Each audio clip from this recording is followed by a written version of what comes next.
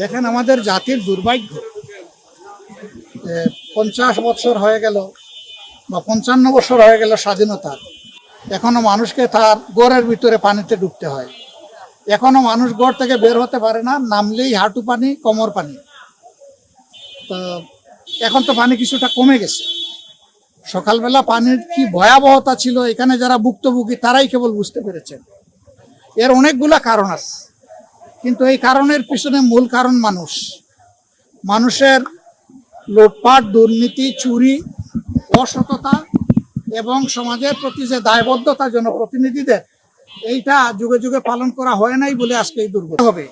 আমরা জানি একদিনে দূর হবে না, কিন্তু আমরা সূচনা করব ইনশাল্লাহ।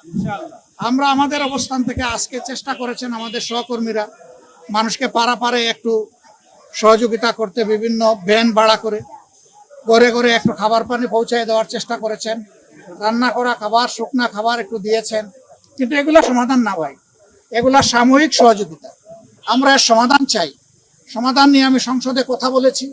এ পর্যন্ত উচ্চ পর্যায়ের 2টা মিটিং হয়েছে আমার সাথে, এবং আমরা আশা করছি যে একটা সমাধানে আমরা ইনশাল্লাহ পৌঁছতে পারবো।